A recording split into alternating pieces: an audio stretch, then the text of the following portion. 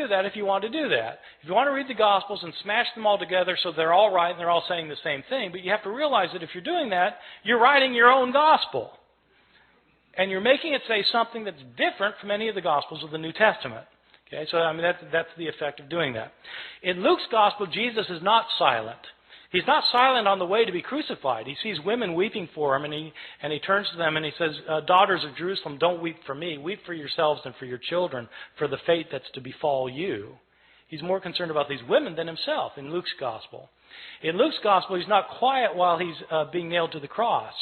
He prays, "Father, forgive them, for they don't know what they're doing." While he's hanging on the cross, he actually has an intelligent conversation with one of the robbers. The one guy maligns Jesus. The other robber says to the other person to be quiet because Jesus hasn't done anything to deserve this. And then he turns to Jesus and says, "Lord, remember me when you come into your kingdom." And Jesus says, "Truly I tell you, today you will be with me in paradise." Jesus knows exactly what's happening to him in Luke's Gospel. Not in Mark, but in Luke he knows exactly what's happening to him. He knows what's going to happen to him after it happens to him. He's going to wake up in paradise, and this guy's going to be next to him. And at the end, the most telling thing of all is that Jesus, instead of crying out, my God, why have you forsaken me?" He doesn't say that in Luke. What he says is, "Father, into your hands I commend my spirit." And he dies. In Luke's Gospel, Jesus is completely in control of the situation. He knows what's going on. He knows why it's going on, unlike Mark, where he seems to be in doubt. This verse about "Father, forgive them, for they don't know what they're doing" is a very interesting verse. In early Christianity, this verse was interpreted not as a prayer of forgiveness for the Romans who were crucifying him. It was interpreted as a prayer for the Jews who had turn Jesus over to the authorities. Jesus is asking for forgiveness for the Jewish people in the interpretation of the early Christian interpreters of the passage. That makes it striking that in some manuscripts from the early years, this prayer is omitted by some scribes. Why would scribes take that lovely verse out? Well, it should be obvious why they took it out. They took it out because they interpreted it as a prayer of forgiveness for Jews, and these scribes didn't think God had ever forgiven the Jews.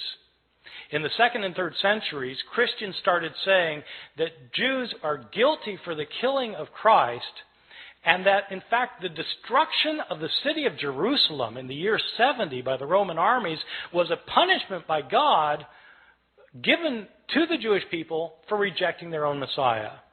In the 2nd and 3rd centuries, we have Christians who are saying that Jesus was God, so that when Jews are responsible for the death of Jesus, we have some authors saying Jews are guilty of deicide. Jews have killed God, and God held them responsible. What's a scribe who thinks that going to do with his prayer of forgiveness? He's going to take it out. And that's exactly what happens. Some of our early manuscripts are missing the prayer. They're missing it because scribes have changed it for reasons of their own.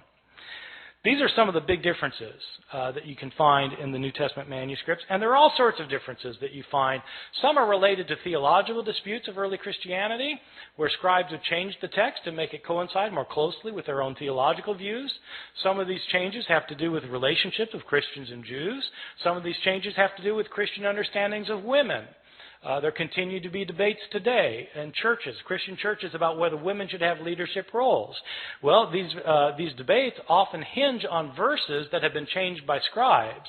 You can guess which way scribes changed these verses. In the 2nd and 3rd centuries, when women's roles were being suppressed, all of a sudden manuscripts start showing up in which women are told to be silent in the churches. This is the sort of change that scribes made.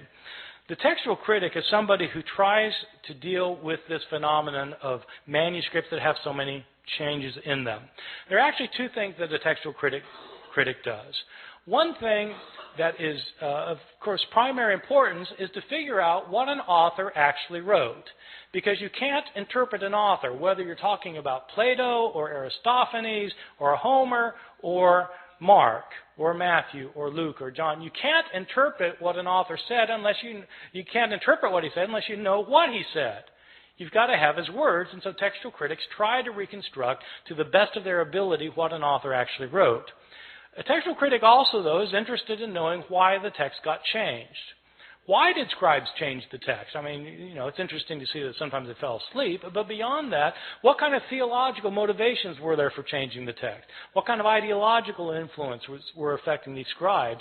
When we know more of that kind of information, we're better able to understand both the scribes and their own historical context as people living in the early centuries, especially the early centuries, a time period about which we have very little information about Christianity otherwise.